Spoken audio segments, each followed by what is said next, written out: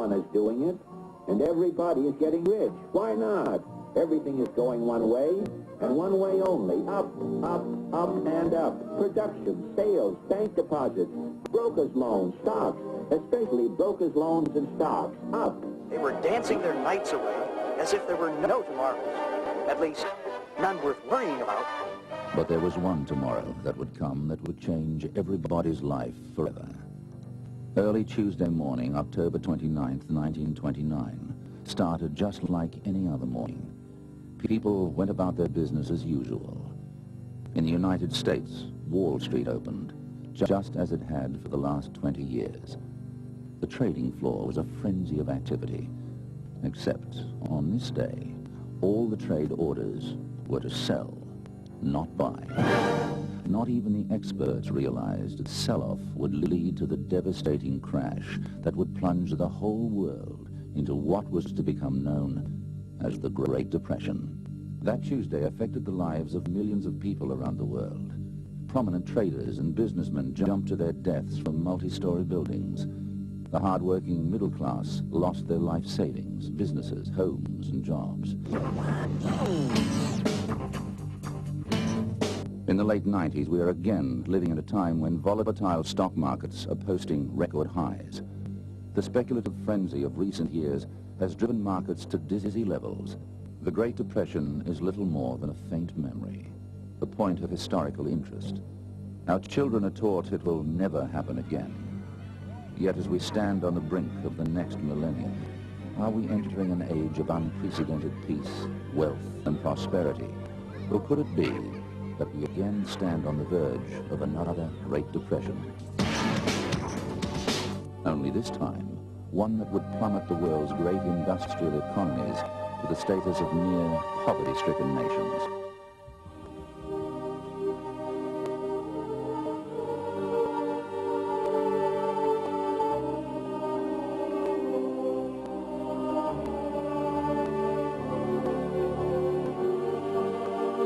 Problems we have in America are no different than what you have in Australia, than what England has, and what Germany has. They're just different numbers. The world markets are so intertangled. It's almost impossible today for some small sector of the economy to have a problem of any kind without affecting all the others. Economists and analysts from all sectors are increasingly concerned about what they see as the key destabilizing fundamentals that are built into our industrialized economies today. The standard of living used to double every generation. Now it's more than 75 years that it will take for our children and grandchildren, meaning they'll never really get to the point that we've gotten to. Taking that whole middle level of management that were very good paying jobs, and we eliminated it. They're out there doing service work for a half to maybe sometimes a third of what they used to get paid for. We have millions of Americans in their late 40s and 50s now trying to find jobs who were never trained in the current economy. 100 years ago, we're the highest income earners in the world. And now, of course, we're barely in the top half of industrial nations per capita income. Government statistics and reports coming out saying that the economy is strong and so on and so forth. Our economy is really not that strong. Government is too big and it's out of hand, and nobody can get a handle on it. But that's translated into taxes are too high, spending is too high, and the deficit is too high. The deficit of the federal government, which is unconscionable, that elected representatives of the people's government in America would consciously take a nation down the road to bankruptcy, which is what the Congress of the United States is doing today. The bank says that you can have your money that you've deposited into this account. You can have it back anytime you want. That's a contract. They cannot honor that contract for all of their depositors because most of that money that is put into deposit, they immediately turn around and they loan to someone. The system is inherently fragile because it's inherently bankrupt. You stop and think about how easy it is to run a bank today. Not only do banks not have any money, nobody wants their money out of the bank as long as they think the bank has it. But if they're sure the bank doesn't have it, that's when they want it. You can have a number of scenarios. You can have hyperinflation, as happened in Latin America. You need to protect yourself against inflation more than anything else. We have not solved the inflation problem. When it sparks back up, it'll spark really large. You'd have to take wheelbarrow loads of these things down just to buy a loaf of bread. So this is called hyperinflation. The bugaboo is deflation. It's the one thing you don't read about. Once it starts to bite, because all that debt just keeps collapsing on itself. One debtor can't pay, and that means another debtor can't pay, and it just collapses down, implodes. Even real estate deflates, and stocks, of course, just get removed. The implosion of value is inevitable. Sooner or later, there's got to be a correction. And when that happens, it's going to be very disturbing to most investors, not just in the United States, but also in the world. It's a record period of nearly nonstop advance. And in the process, it has gotten prices to the most overvalued level in the history of the United States. There is no example, including the 1929 high and the 1835 high, of any time when stocks were more expensive than they are today. And that tells us that there's more risk than there ever has been before. There's a correction coming in the U.S. stock market.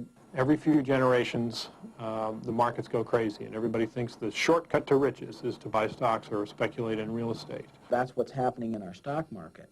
But that does not reflect the true value of that stock market. Ultimately, those dreams are dashed, particularly when the public en masse believes them to be true. Everybody realizes if you keep doing what we're doing, you're going to die. You're going to kill this economy. It can't work the way it's working. The thing is not sustainable. They're living on a lot of delusions. Do these key fundamentals compounding together make our economy more fragile than any other time in the history of the West? Clearly, our economy today is very different to what it was before the last Great Depression. You must remember that our money was still backed partially by gold. So when people had money, they had something of value. The productive base of the country was still intact. 60 years post-gold, 60 years post-silver standard, you know, those things don't circulate anymore. We've had 2 generations of people who've grown up who don't understand anything about gold and silver. It's interesting that it wasn't that long ago that America was the world's largest creditor. And today is not only a debtor, it is the world's largest debtor. We're living on our borrowing power. A crash is inevitable in Australia. The big question is when and how it's going to evolve. There'd be panic. People would start hoarding what money they had, and so commerce would unnecessarily contract because of the psychological factor. I don't see how we can avoid a financial collapse at the rate we're going. We're kind of like the drunk that's been on a binge for a long time. We're going to pay. There's going to be a hangover of some kind. Whether the fractional reserve banking system, government securities or bonds, or just the hope that the stock market will continue to rise forever, or maybe the realization that we are completely devoid of real money. All of these fundamentals are maintained entirely by confidence. But confidence is easily shaken. Speculation abounds as to what will trigger a loss of confidence. But in reality, on the day that people awake to realize that every aspect of our financial and economic system is frail, the resulting crash in confidence will domino affect every market and every aspect of our fragile system. Yet this crash is to come at a time when our interdependence and reliance on the system for our day-to-day survival has never been greater. Coming low, it's going to be so major that it's going to have social implications that are just as major. You know, just endemic, chronic, insoluble depression. The crunch that's going to come when the government will have no more money left in this country to be able to look after the people. The kind of turmoil that's forthcoming could be far more substantial than even the turmoil of the early 30s. Recent decades have seen tensions building in society. Given the dramatic downturn in the economy that sustains them, will these tensions explode to the surface? We are less positioned today to sustain a disruption of food, water, power, or police protection, what have you, than ever before. People are going to get angry when they can't look after their families. It happened in the last Great Depression. When they look at those IRAs and the value's gone down to half or a third of what they had, they're going to be mad and they're going to come out with blood in their eyes looking for a scapegoat. It will not only wipe out the middle class, but it will also wipe out many, if not most, wealthy people. The trauma, the turmoil, the civil unrest, the crime is really terrifying. The one question that really remains is how can we protect ourselves, our loved ones, and our capital and estate from what many now see as an inevitable formality. In history, those who've seen the inevitable storm coming and prepared for it have been able to survive, and in most cases profit greatly from it. Man's high regard for gold and silver has always caused him to return to it in times of political and economic upheaval. Holding some gold and silver is again today the #1 preparation strategy. Gold is the only real money. Everything else is just a promise to pay it. So if you want real money, you should have it in gold and silver, in precious metal.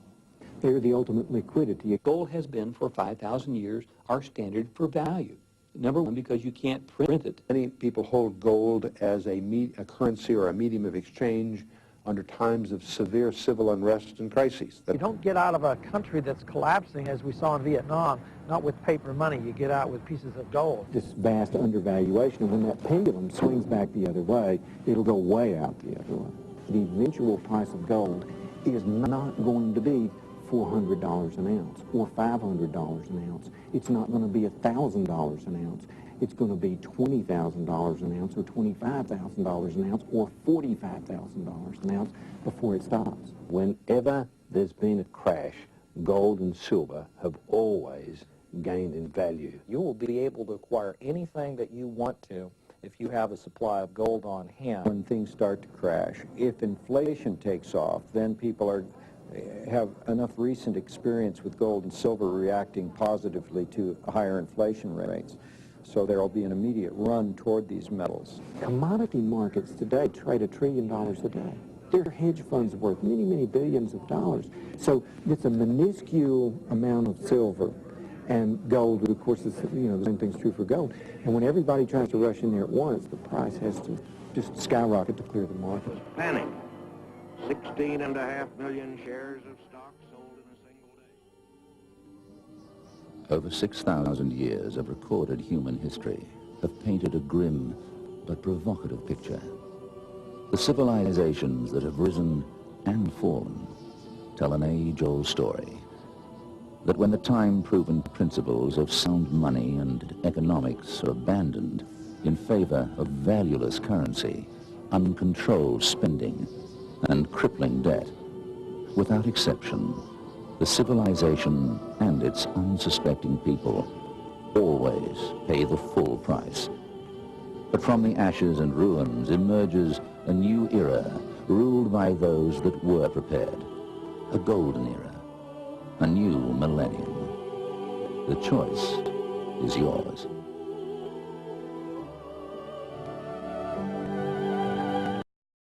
See, and the moral connection is the thing that's fooled me over the years, because we know that God is a just God. It says in Zephaniah, He will do justice every day, every morning.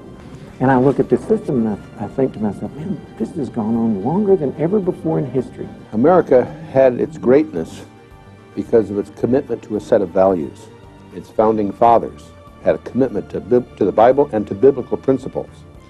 And America's greatness emerged from those principles and from its commitments. And over the century, the last 2 centuries, it has departed from those principles. No free government can stand without virtue in the people. And when you have a country where people are looking out mostly for themselves, and they're not thinking about the consequences of their actions, they're asking for something and not giving enough back, you will then end up with not just the fiscal deficit, but a moral deficit. Because a free governing people cannot hope to govern themselves without fixed standards and moral absolutes. In fact, the subject that brings us here today. See, the promise that's held out is a promise of idolatry. It's a people who worship prosperity. They're worshiping at the temple of Mammon, and the priests of Mammon come to them and they say, let us have the power, worship our God, forget the laws of your God, and we will make you rich. Well, they made us rich, all right, except they forgot about 1933. Robert Bork has written an outstanding book called Slouching to Gomorrah. And he points out in the final chapters of his book, the only hope for America is a grassroots spiritual revival. That's a moral issue as much as it is a fiscal issue. Because our monetary systems around the world have violated a biblical principle, and they have built the whole system upon a dishonest weights and measures. I think God blesses a nation that shows integrity and even-handedness, equity in its laws. And if you want to talk about it from a moral standpoint, from a biblical standpoint, there's no question that inflation is, it's an abomination. False weights and measures are an abomination to the Lord. What is inflation but false weights and measures? That's what it is. And I have to say that if you look at history, that the decline of a nation morally most often seems to begin with this monetary sin. And I don't know what else you can call it, because it is a sin. I believe that we serve God because He is God, not because God can do something for us. I believe our primary protector is the Lord, not money, not gold, not any assets at all.